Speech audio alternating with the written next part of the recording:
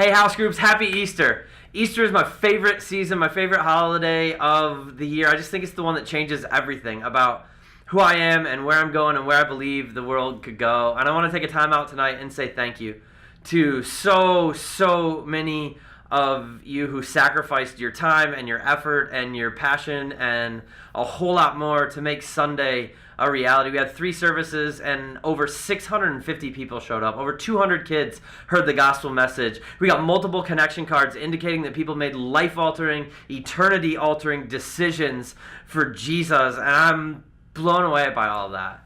Just completely amazed that many people were able to come and hear the message that Jesus came and he died for them no matter who they are or where they've been, but he's not dead, he's alive, and that changes everything for them too. And the crazy thing is we don't even know what God's going to do with all that. We know that hundreds and hundreds of people came and heard this message and experienced the presence of God at Revision, but we have no idea what all God is doing inside their hearts, but he does. In Isaiah 55, he promises us that when his word goes out, it never returns empty. It goes and it accomplishes exactly what he wanted it to accomplish, and it brings flourishing.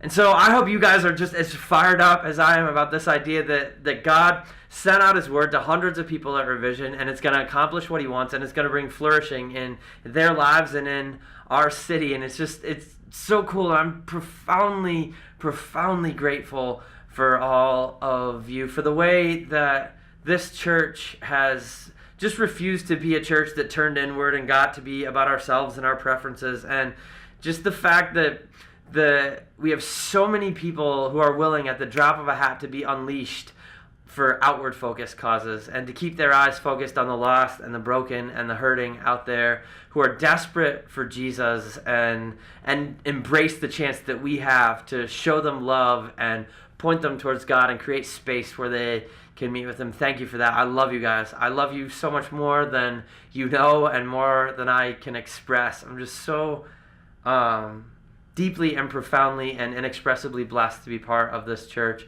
I love you guys. Thank you so much, and thanks for making Easter impactful for hundreds of people.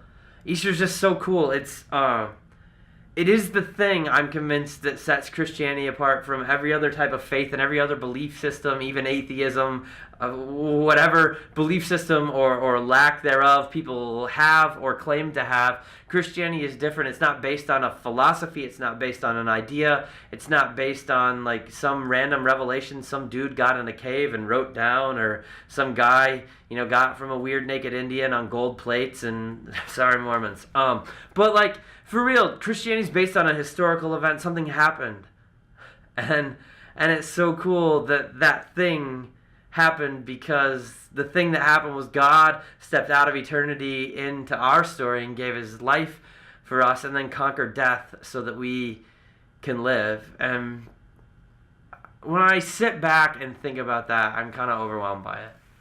I don't know if you guys are anything like me, but sometimes I think about the truth of the gospel and the resurrection, and I feel so unworthy of it.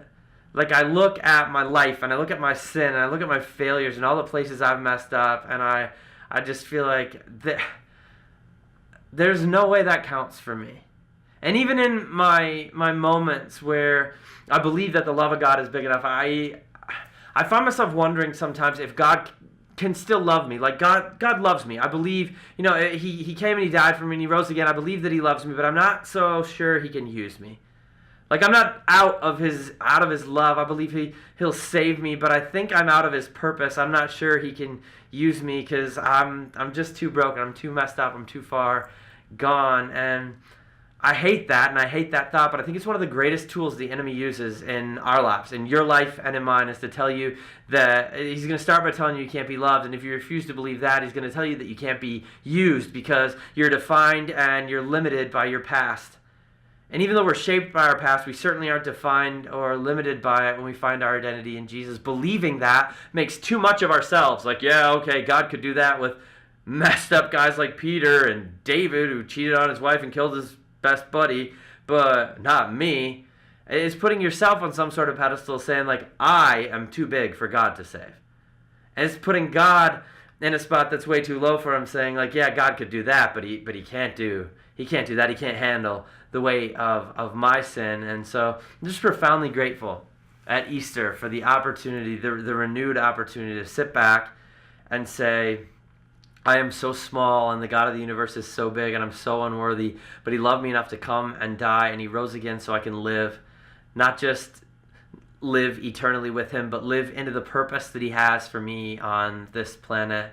And I encourage you to be fired up about that same thing, and I thank you, so many of you, for doing exactly that, for living into the purpose that he has for you, and for being people who take the good news of Easter and ask the same question I ask every Easter: how can we help but share this with a world that is dying to truly live? Thank you. Happy Easter, everybody. He's risen.